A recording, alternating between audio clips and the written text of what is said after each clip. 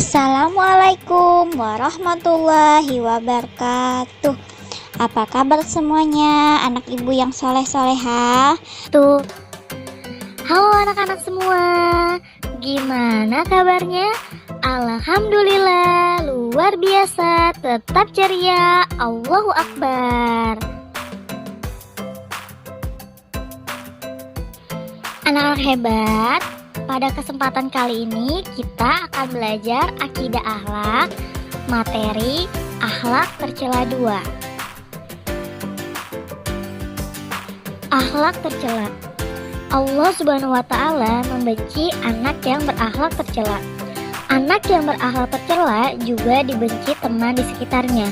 Syaitan suka menggoda manusia agar berakhlak tercela, seperti malas beribadah, belajar, dan berbuat kebaikan. Menyontek pekerjaan teman termasuk akhlak tercela. Berdoalah kepada Allah Subhanahu wa Ta'ala agar dilindungi dari godaan syaitan yang terkutuk.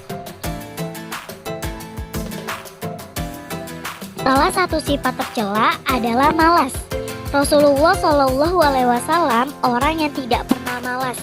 Sejak kecil, beliau rajin mengembala kambing. Setelah dewasa, beliau membantu pamannya.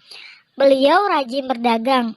Karena rajin dan jujur, Rasulullah Shallallahu Alaihi Wasallam mendapat kepercayaan dari Khadijah untuk memperdagangkan barang-barangnya.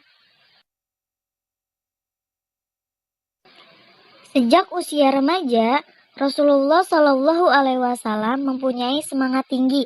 Beliau tidak pernah malas dan berputus asa. Jika gagal, beliau segera bangkit dan berusaha lebih keras lagi. Sebagai anak Islam, contohlah diri Rasulullah Shallallahu Alaihi Wasallam. Kalian tidak boleh bermalas-malasan. Hindari sifat malas. Pelajarilah kisah Rasulullah Shallallahu Alaihi Wasallam pada masa remaja.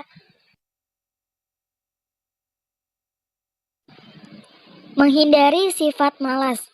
Pada zaman jahiliyah, Muhammad masih belia.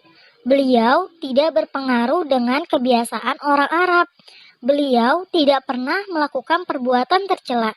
Sifat beliau yang cerdas dan budi pekerti luhur serta kejujuran tampak sejak kecil. Beliau mendapat sebutan penduduk Mekah dengan Al-Amin. Al-Amin artinya yang dapat dipercaya. Ketika Nabi Muhammad Shallallahu Alaihi Wasallam berusia 12 tahun, beliau ikut Abu Thalib berdagang. Beliau berdagang ke wilayah Syam. Abu Thalib melihat kecerdasan dan kejujuran serta kesungguhan pada diri beliau. Abu Thalib yakin Muhammad dapat membantu usaha dagangnya. Sejak muda, Muhammad mengembala kambing. Muhammad sangat rajin dan tekun. Beliau tidak pernah malas. Beliau bertanggung jawab mengawasi dan menjaga kambing-kambingnya agar tidak ada yang hilang. Karena sifat beliau yang tidak malas, orang-orang senang mengembalakan kambing-kambingnya kepada beliau. Muhammad termasuk pemuda yang rajin. Beliau menghindari sifat malas. Beliau bergabung bersama pamannya di medan perang. Awalnya beliau hanya mengambilkan panah untuk pamannya. Selanjutnya, Muhammad berani terjun di medan perang. Ketika berusia 25 tahun, Muhammad terkenal sebagai pemuda yang jujur dan rajin. Muhammad mendapat kepercayaan dari Khadijah. Khadijah seorang janda yang kaya di Mekah.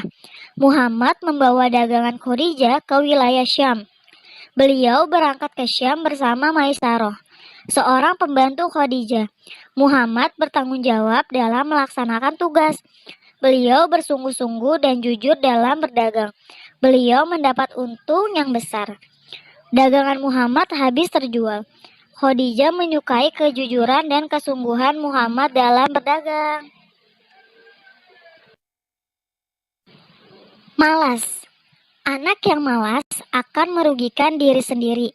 Siswa yang malas belajar akan menjadi bodoh, akhirnya tidak naik kelas. Anak yang malas beribadah, dosanya akan bertambah, akhirnya masuk neraka. Anak yang malas biasanya tidak mempunyai kemauan untuk berusaha, tetapi ia mempunyai cita-cita yang tinggi. Misalnya, ingin mendapatkan nilai yang bagus, naik kelas, dan cita-citanya tercapai.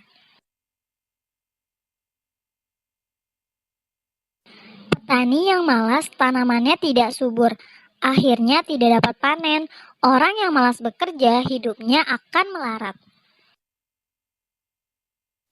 Pedagang yang malas, dagangannya tidak laku dan akhirnya bangkrut. Sifat malas merupakan perbuatan tercela. Agama Islam mengajarkan kepada umatnya supaya sungguh-sungguh dalam belajar dan melarang bersikap malas. Jadi, kalian janganlah menjadi pemalas. Jadilah orang yang rajin dan giat dalam segala hal. Cita-cita kalian akan tercapai jika berusaha dan rajin belajar. Berdoalah kepada Allah supaya dijauhkan dari sifat lemah dan malas. Nah, baik anak-anak, sampai di sini dulu pembelajaran kita hari ini. Kita lanjutkan hari Jumat lagi ya. Oke. Ibu akhiri, wassalamualaikum warahmatullahi wabarakatuh.